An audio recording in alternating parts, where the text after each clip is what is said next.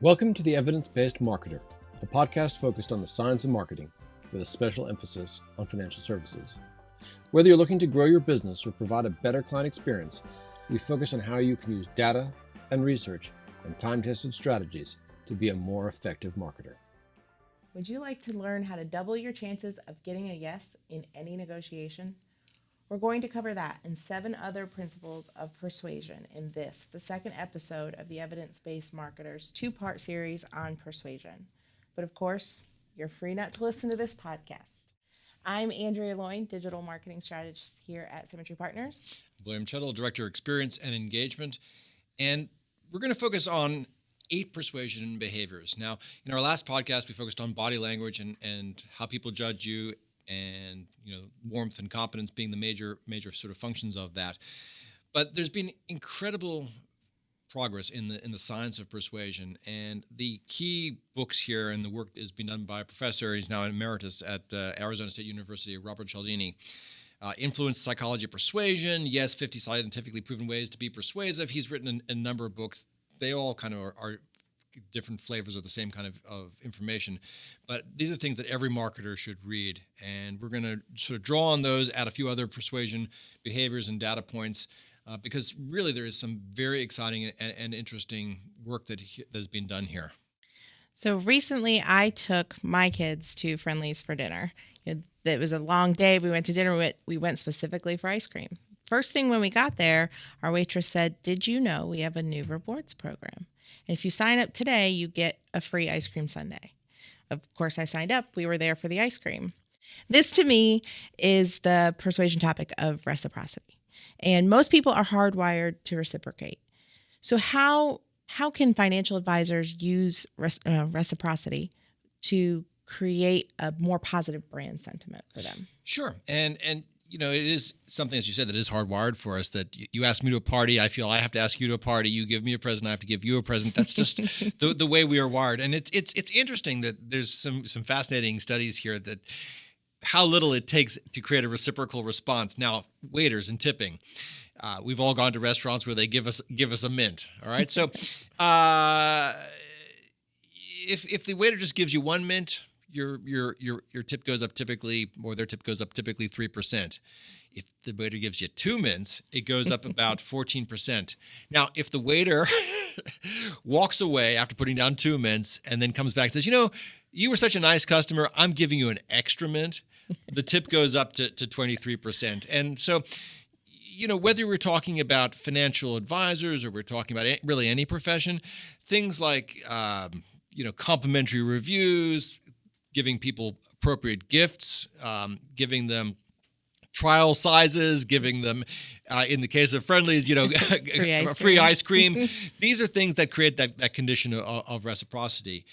Even things like handwritten notes. So there's a fascinating study done by a marketing firm, and they sent out a survey to a bunch of people, and they divided that survey up into 3 different kind of tranches. So the first one, they just sent the survey. Mm-hmm. The second tranche, they sent the survey with a little yellow Post-it note on it. Nothing else, but it looked like somebody had obviously interacted with the survey personally and made it a little more personal. And the third one had a brief handwritten note saying, "We'd really appreciate it if you could take the survey." So the no sticky note, the nothing, just the survey, about 34% of people responded to that, sent it back in. With the sticky note, the blank sticky note, 43% responded. So if nothing else, if you're too lazy to write notes, stick a sticky note on anything you send to people.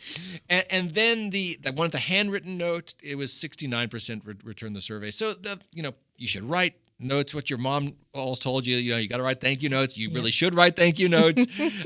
Send people cards. It doesn't have to be elaborate, right? It could be as simple as just that handwritten note to create that condition of reciprocity. So the next principle of persuasion is liking. People prefer to say yes to those that they like. So persuasion science tells us that there are 3 important factors in why we like some people but don't like others. What are some of those examples? Yeah, we like people who are similar to us. And it's probably narcissism, but that's the way it is.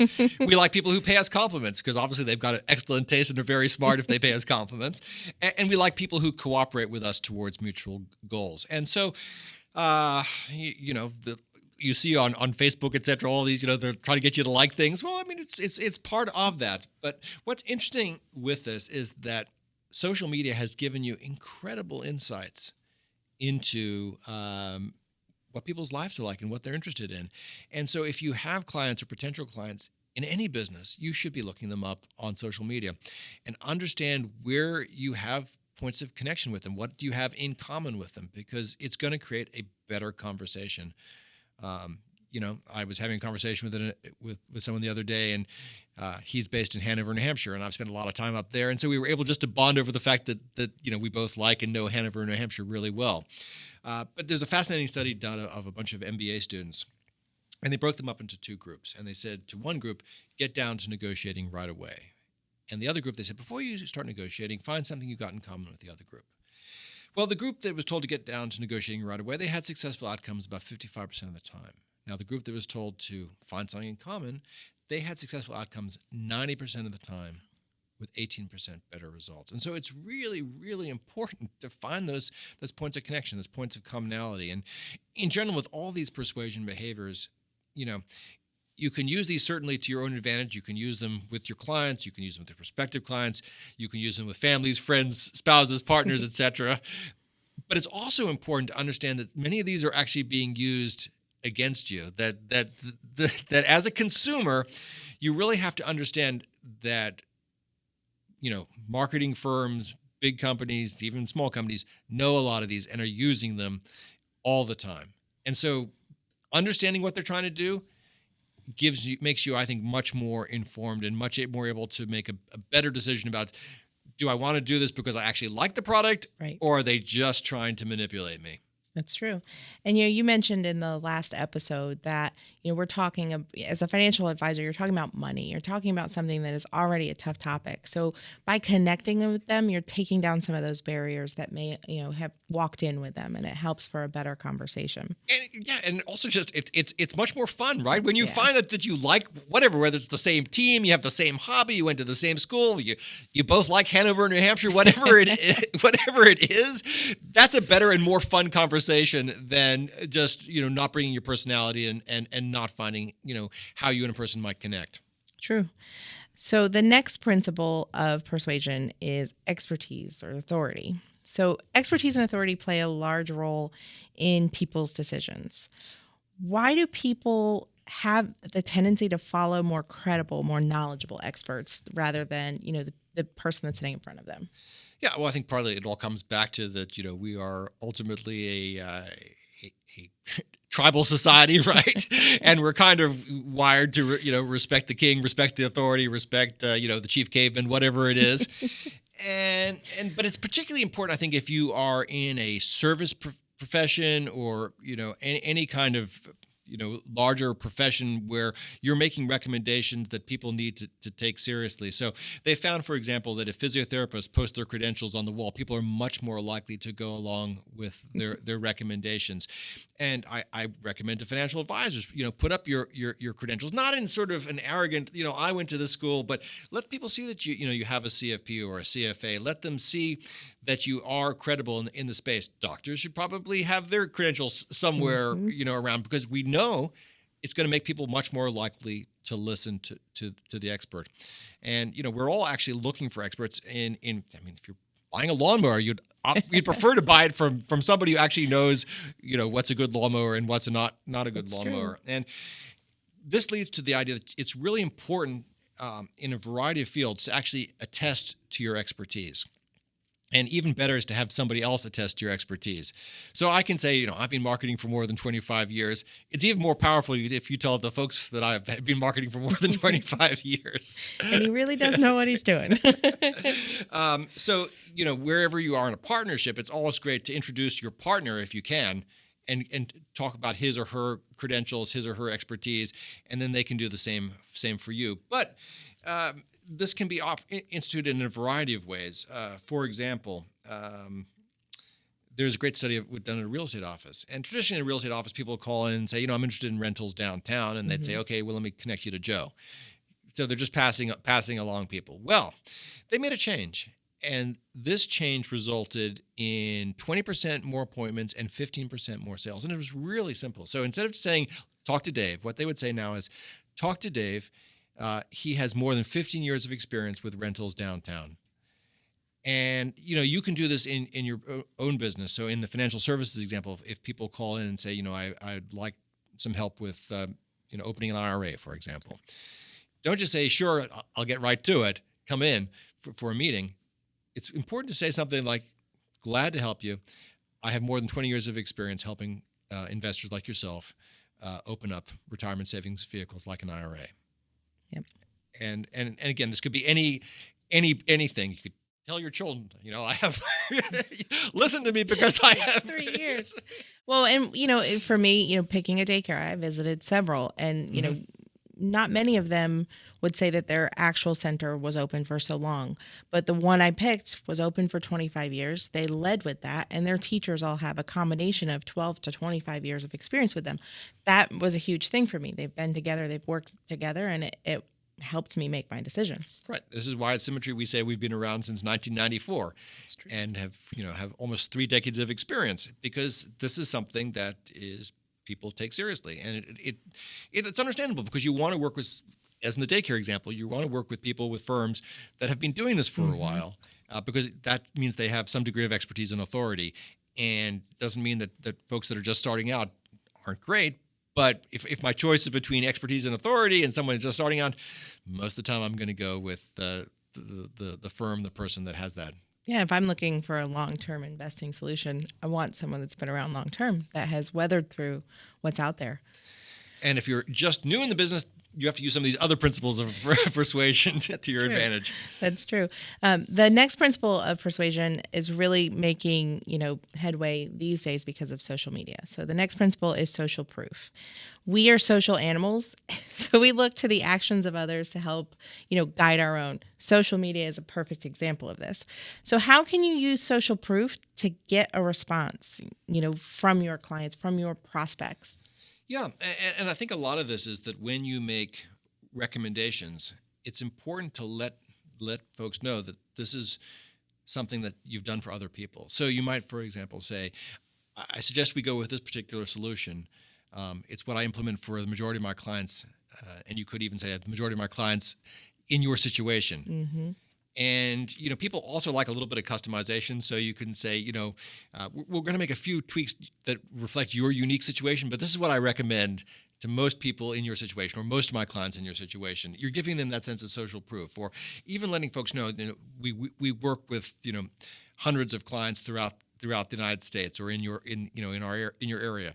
It's important for them to know that they're not alone. And this is something that you're doing for a number of people. Now, we're going to talk about scarcity in a moment, so you don't want to necessarily talk about I'm doing this for millions and millions of people. But if you're McDonald's, maybe you do. But it's fascinating how important it is just to make things personal in terms of the social proof and giving people that kind of perspective. So you've all seen those signs in hotels saying, hey, reuse your towels, saves energy. Well, they tried to make a more green message, say, please, help save our planet, reuse your towels. Didn't work. Now, so they created a third sign, and this one said, the majority of guests who stay at this hotel reuse their towels. Well, that was great. People actually went up to 34% we're now reusing their towels. So, but then they did a fourth sign, and this was, the majority of guests who stay in this hotel room, no, not just the hotel, in this hotel room, recycle or reuse their towels. And towel recycling went up to 52%. So the more specific you can be about it, the majority of people in your particular unique situation do this, or I recommend this for them, the more likely you are to be able to activate the principle of social proof. And do you think testimonials would fall into they do, and obviously it's not every business can use them, but testimonials are very powerful. I mean, even things in, you see this all the time. If you're looking for a hotel or a restaurant, what do you look for? You look for the one that has the most number of good reviews. Right. You don't actually necessarily go to their website. You go to a Yelp or a service that aggregates the reviews, and you see which one has the best. That's true. And it might be. Not to take a little detour here, but we like detours. I used to spend a lot of time in the South Bay area, and I used Yelp a lot to find good restaurants. But what was interesting there is people were always looking for the next great cheap little Mexican restaurant, or the next great cheap little Vietnamese restaurant. And so there were lots of reviews that I thought were kind of wrong because they were trying to convince themselves that they'd found something that maybe they hadn't. But this is the way we're wired. And, a hotel, a Mexican restaurant may be good or not good, but if it's got lots of positive reviews, we're going to be much more likely to go there or stay there than the ones that do not have lots of reviews. Very true. So, speaking of restaurants, the most, and you can apply this in a lot of businesses, the most easiest way to move something is to say it's your most popular item. If you want people to order the fish that is about to go bad, just say it's your most popular item. So, it's in any business, being able to say this is your most popular item is something that is going to immediately increase the consideration for it. You've all seen those TV commercials say operators are standing by. You get significantly higher call volume if you just simply say, if operators are busy, please call again. Because again, it's that principle of social proof. Other people are calling in. It must be a good thing. And there's a great example from Robert Cialdini about the petrified forest in Arizona. So there was a sign up in the petrified forest that said, your heritage is being vandalized every day by theft. Losses of petrified wood of 14 tons a year occur, mostly a small piece at a time. Okay, so lots of people are doing this. So what was interesting is they were trying to dramatize the problem, saying 14 tons of petrified wood are disappearing every year. How people read that was, oh my gosh, everybody's doing it. Everybody wants it. Yep. Everybody's doing it. And so actually, that sign actually created more problems than not having it. So what they found was the most successful sign was just simply to say, and this reduced theft of the petrified wood to about 2%, was, please don't remove the petrified wood chips. Short, sweet, to the point. So there is an example in this case of where social proof actually creates a huge problem because everybody feels like they could do that. So it's very true. The next principle of persuasion is consistency. People like to be consistent with the things that they have previously said or done. And so how can a financial advisor or really anybody be consistent in how they help their prospects or even their clients? Yeah, and two things, right? There's a belief that, and I think it's true, and I think there's good evidence to support this, that consistency is one of the fastest ways to earn trust. And so always doing what you say you're going to do, even visual consistency, and I think we've talked about this before in past episodes, where people have websites that look like one firm and then their social media looks like 2, 3, 4 different firms. Mm-hmm. That's not fostering trust. And so it's important, in that instance, to make sure that all your web properties, your whole digital ecosystem looks consistent, has the same messaging everywhere. But a lot of this is getting people to make small decisions and that they can then make larger decisions because they'll want to be consistent with this. So there's a great example. Researchers went around into a neighborhood asking people to put up a very large, ugly wooden sign it had a good message. It was about driving safety. And, not a lot of people agreed to put it up because it's this large, ugly billboard on their front lawn. But they found that they were able to increase receptivity and people agreeing to post the sign 400% if they did this one thing. 10 days before, they asked people to post a very small little sign in their window supporting driver safety. And most people, okay, it's small, it's my window, that's not going to cause any problems, it's not ugly. By making that small decision to post a small sign, they were now 400% more likely 10 days later to put up the large, ugly sign. And that's the principle of consistency. They wanted to be consistent and maintain that consistency. There's also just great examples with this of simple things like getting people to say yes. If I ask you a bunch of simple questions that you say yes to, it's going to be very hard for you to say no.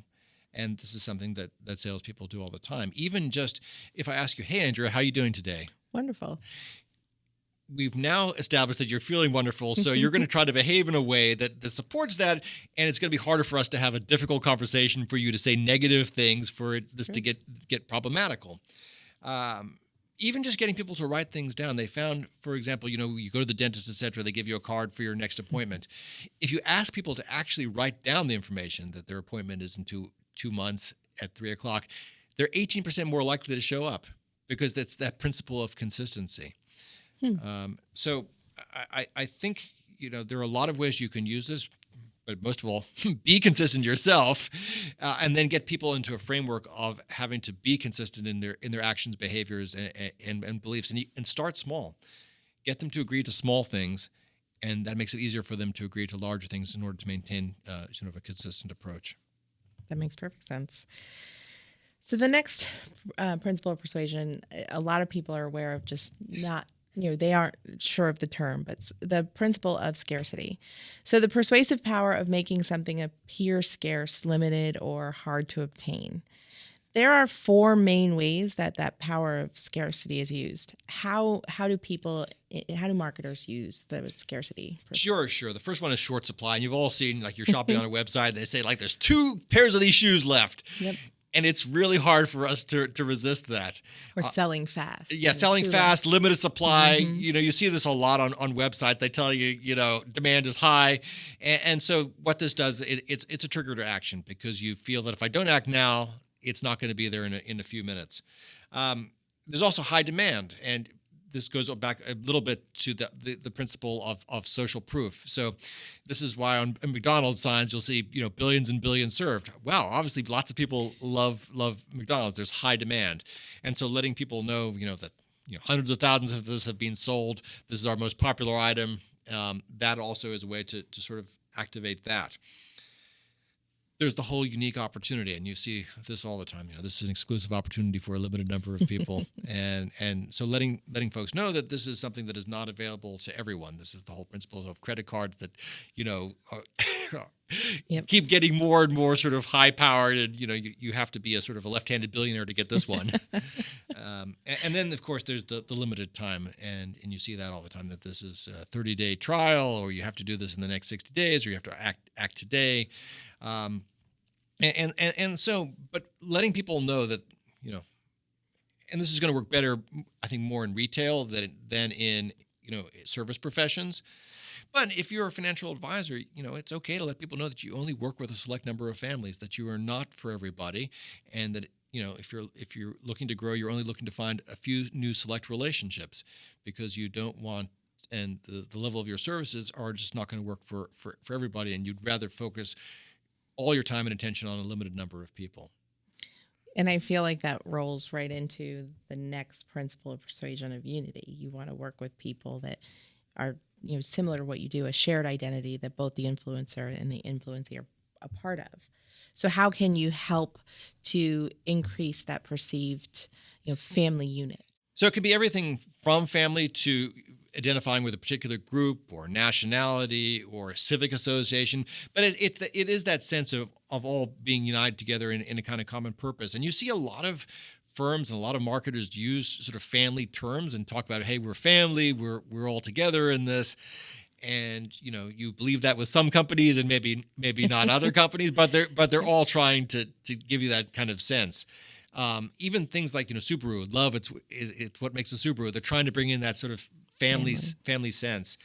Part of this is co-creation, and this is the whole IKEA business model, that we're doing this together. Or it's even like Chipotle, right? We're building that burrito bowl together. At IKEA, it's we're taking your maybe not great furniture, and we're having a hard time putting it together. But we're doing it together. Me and IKEA, we made this happen, and that is powerful. And if you can involve the consumer in creating what you're doing in a financial planning circumstance, it's making the client understand that you're doing this together, that this plan that you're creating, it's not just you as a financial advisor imposing this plan. This is something we are creating together to help you have a better financial future. And I think that has changed over time too. It used to be people would just, assume that financial advisor would go out, pick the right stuff, and their money was taken care of. But now it's really become a holistic plan that they're putting together, and they're doing it together for not just their current client, but the client's children and grandchildren down the line. So it is important that you have that, because you want to be sure that when your clients pass or the wealth passes, you're there for them as well. So you've done that by creating this unity. Yeah, and one thing we were seeing with surveys of millennials, that they're very interested in this concept of co-creation, that they want to be actively involved in whether it's their financial future or a whole bunch of other aspects of their lives. They just don't want to get something cookie cutter off the shelf. They want to be participating in it, and that is activating that principle of unity. And the last part of that is just this one of the most powerful things you can say to anybody is, I need your help. And it's really hard to resist that because you're asking for help, and it's sort of almost impossible to say no if I say, I need your help. Well, it sets a better tone. You have said when you call into a customer service line, you don't want to come off and say, this is awful. I don't like what happened. Take me to your supervisor. Connect me to your supervisor. Thanks, Karen. If you start the call off with, hey, I need your help with something, you're going to get a much better response from the other person on that line. Yeah. And so don't be afraid to do this, because when you say, I need your help, for a lot of people, ego gets in the way because you're being vulnerable. But vulnerability is a very, very powerful way to earn trust and to create rapport and a better conversation and to get the help you actually need. You can't do it all the time, because people are going to start, not listening to you. You should use this sparingly. It can't be, I need your help to buy this new sports car. But use appropriately, use selectively. It's really, really powerful. So there are lots of techniques and principles for persuasion that we've gone over already, but perhaps the simplest, most practical technique is, but you're free to do what you want method. How can people implement that? How do you make that your simplest way in? And this is based upon 42 psychology studies based on more than 22,000 people. So this is a kind of meta study of all these studies. And this is what they found is that, and the exact words actually don't matter. Whenever you make a recommendation or a suggestion, if you tell people they have other options or are free to do otherwise, they're 50% more likely to agree with what you're recommending. Because what happens is that you're giving them a psychological out. You're taking the pressure off them. And paradoxically, that makes it easier for them to say yes to what you're recommending. So when you make a suggestion, when you make a recommendation, let people know that they're free to do otherwise. So I recommend we go with the solution. I recommend we go with the service. I recommend we go with this approach. But you're free to do otherwise. You have other options. It's really, really powerful. And you can use this professionally. You can use this personally. You might want to try with your kids, Andrea. Let them know they have other options. I'm trying all 8 of these principles with my kids after this.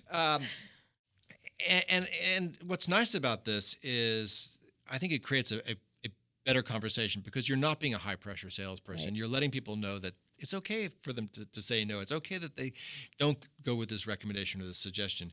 And if you want to weave in some of the other things we've talked about, you can even say, this is what I recommend to the majority of my clients.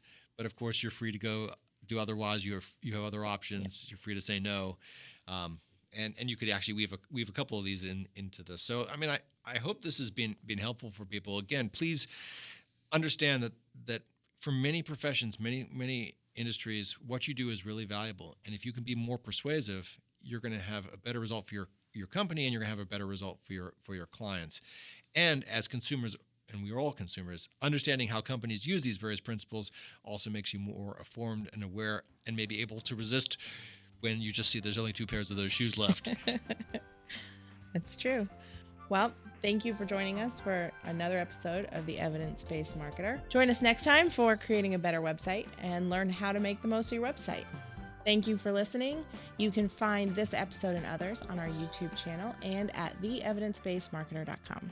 Symmetry Partners, LLC is an investment advisory firm registered with the Securities and Exchange Commission. The firm only transacts business in states where it is properly registered, excluded or exempted from registration requirements. No one should assume that future performance of any specific investment strategy, product, or non-investment related content made reference to directly or indirectly in this material will be profitable. As with any investment strategy, there is the possibility of profitability as well as loss. Due to various factors, including changing market conditions and/or applicable laws, the content may not be reflective of current opinions or positions.